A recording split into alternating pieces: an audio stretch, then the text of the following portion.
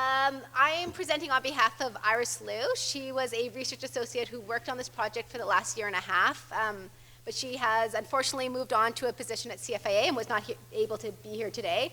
So all the data that I'm presenting, she generated and did the analysis. It was a group of many people who did this work over a 3-year period, but I really want to highlight her contributions.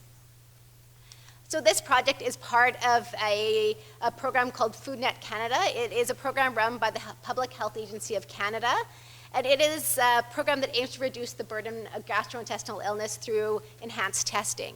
And so by enhanced testing, I mean additional samples that are collected, as well as enhanced genetic testing, so doing more PFGE or other types of genetic typing to be able to link environmental exposures to clinical cases. And so with this project, we're aiming to do source attribution in the hopes of understanding the relative contributions of food exposure, water exposure, and other environmental exposures to gastrointestinal illness. So this is a program that's being run across Canada by Public Health Agency of Canada. We're just one of the 3 sites across Canada.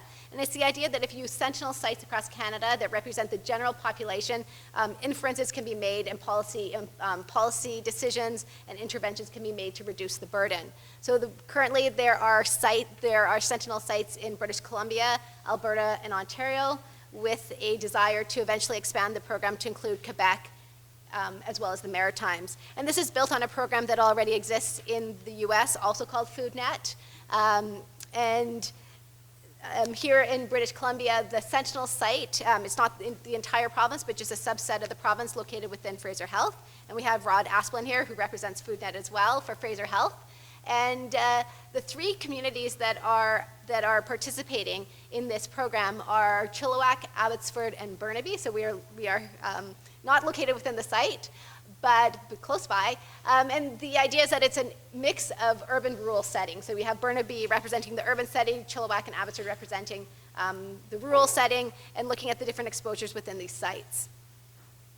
So part of this project, part of this initiative with these sentinel sites was to do enhanced testing on water samples. So the study began when we first launched FoodNet in British Columbia in 2010. We started with recreational water testing, and that went on for a couple of years without generating much positive results, and so we moved on to testing irrigation canals.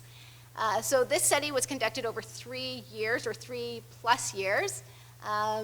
We're coming up to the end of the study in December 2016. We studied 5 different irrigation canals located within the Fraser Valley, and we did this over pretty much two times a month. And I want to emphasize recognize Stefan here, who has coordinated and carried out the sampling for a long time, and we're certainly super appreciative of his work.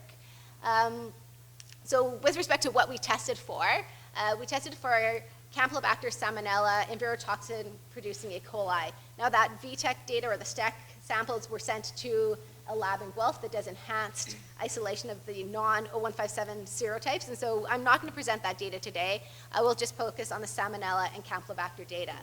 So for this assay, what we do is we process a liter of water for each pathogen, and we filter it through membrane filters, and then those are incubated into enrichment broths, and those enrichment broths are then plated onto selective and chromogenic agars. And so since there's that pre-enrichment step, we can't determine the quantitation of these pathogens. So it's just a presence-absence test, but we can determine the relative abundance or within a sample, but it can't be done quantitatively.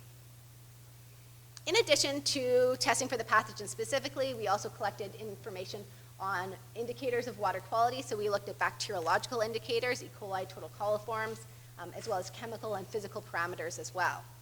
And the main purpose of this data was really to generate isolates and genetic data related to those isolates that could be put into the source attribution models and related to clinical cases of illness within British Columbia. So we did sampling in 2 different watersheds. Within the Matsky watershed, we collected within 2 sites, which we called M1 and M2, and within the Sumaz watershed, we collected within 3 sites.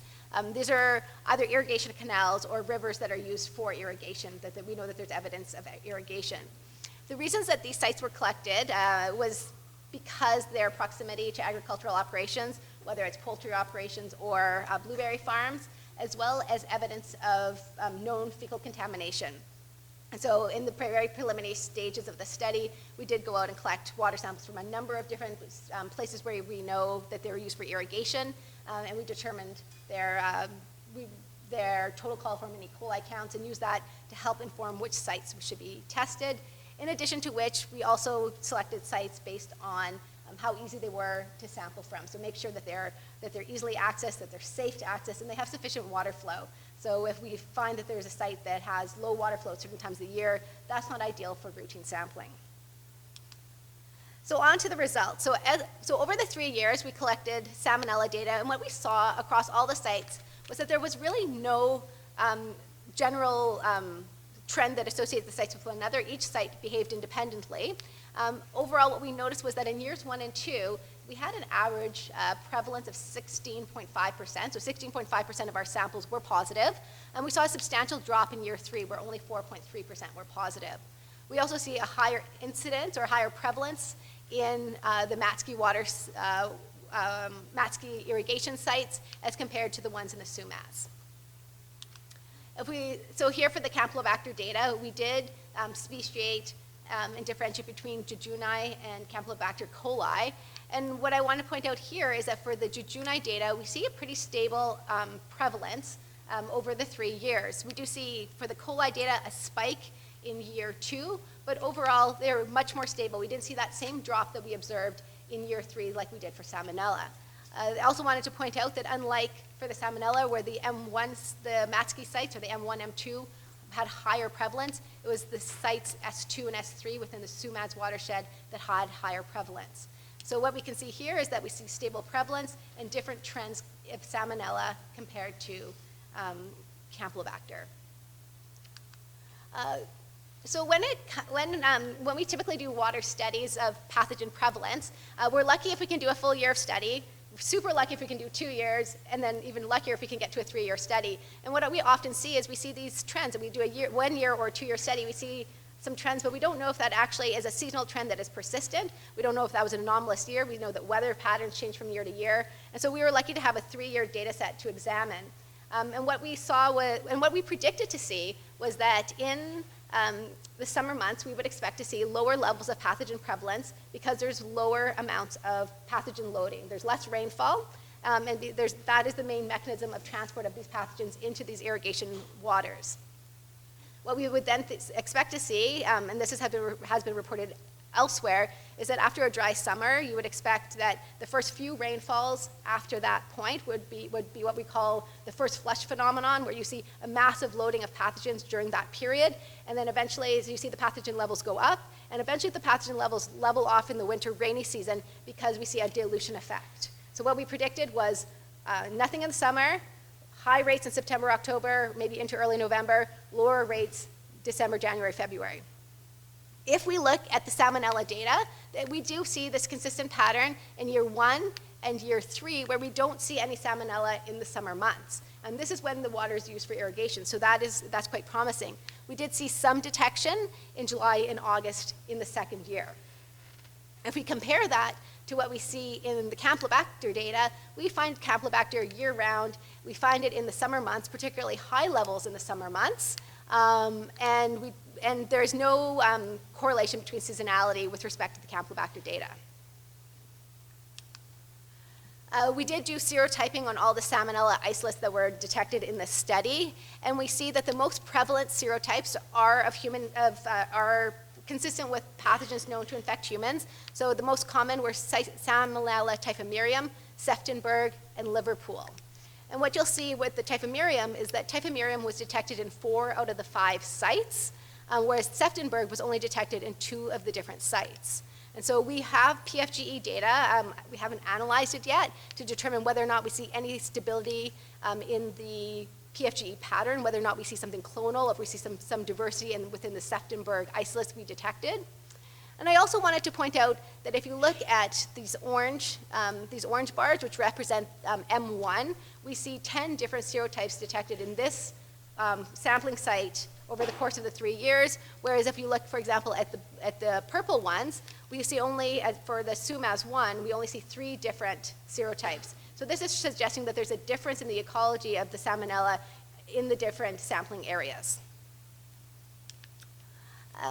So when we're doing water testing, we often use surrogates to represent the possible occurrence of fecal pollution and the possible occurrence of human pathogens. And so this is really this is the line of thinking that's behind routine water testing for E. coli and total coliforms for drinking water, as well as for recreational water, as well as in some cases to determine quality for irrigation water. But what we know, what we can see here, is that we don't see really any statistically, or we see statistically significant trends, but they're not highly associated.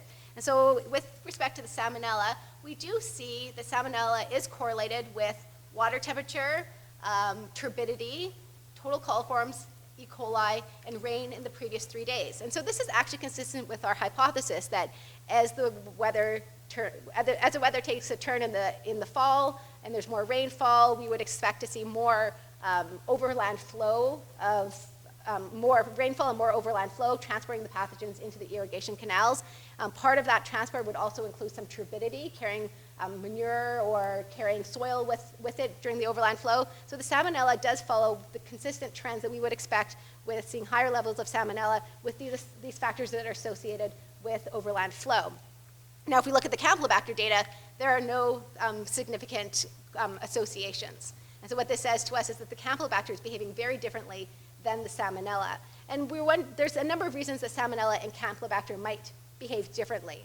Now, we analyze this data together because we assume that poultry is the main source of the Campylobacter and Salmonella in these watersheds. There's a lot of poultry operations. But it's possible that the ecology within these populations, within these poultry populations for each of these pathogens is quite different.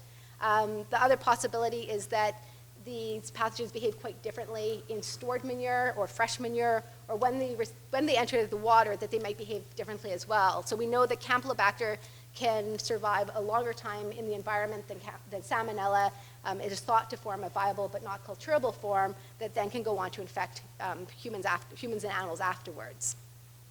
And the last possibility is that there are different sources of Campylobacter and Salmonella. For example, perhaps the Campylobacter comes from poultry as well as wild birds.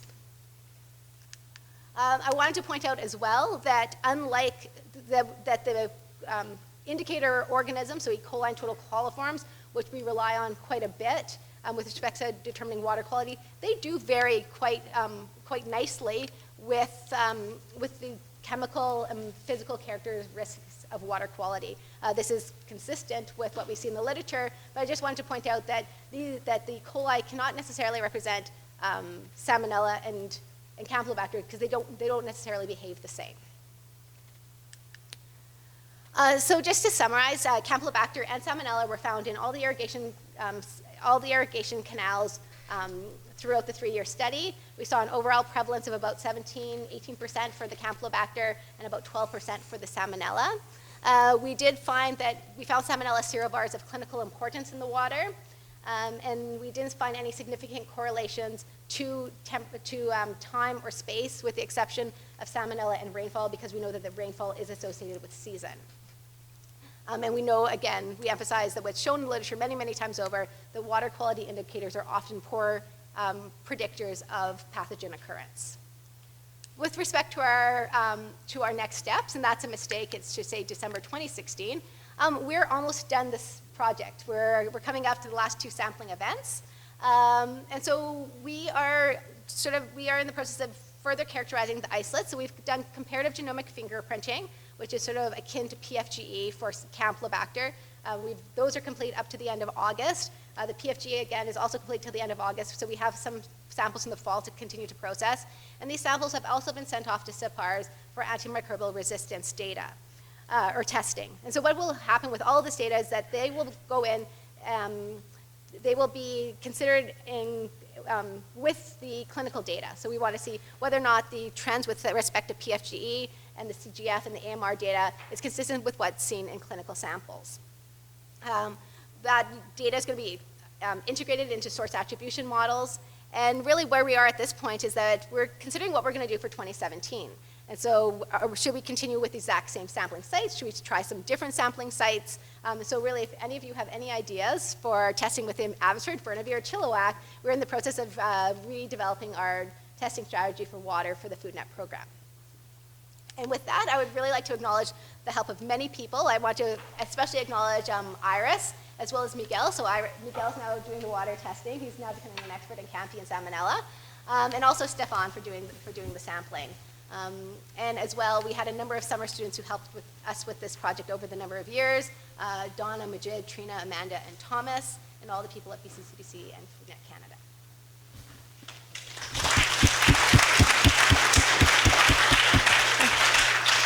Any questions at all? Brian.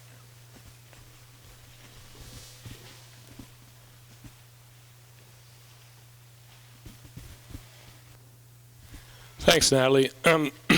So if I understand, you did selected sites. Like you initially did some sort of more random sampling and then selected some sites. So given that, I mean, how would your results extrapolate to the larger area and the multiple sites? And secondly, how will that sample selection factor into your further work when you're going to start looking at the human clinical isolates and things like that, given again that it's a sample selection issue?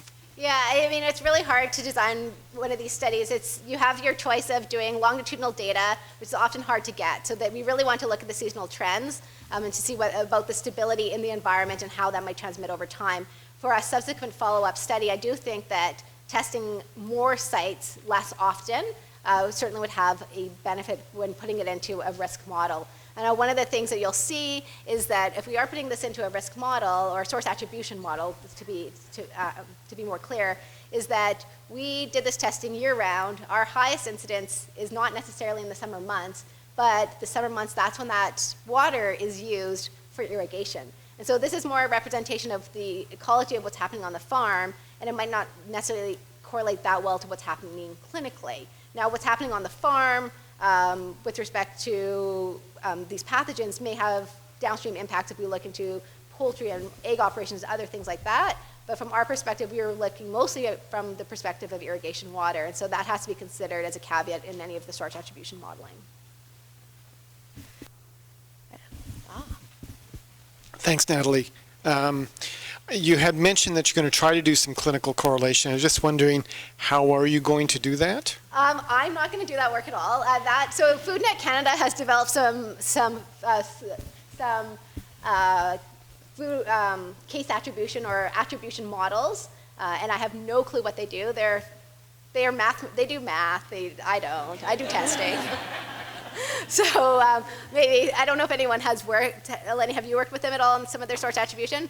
They have some models. I can connect you with them if you would like. Any other questions?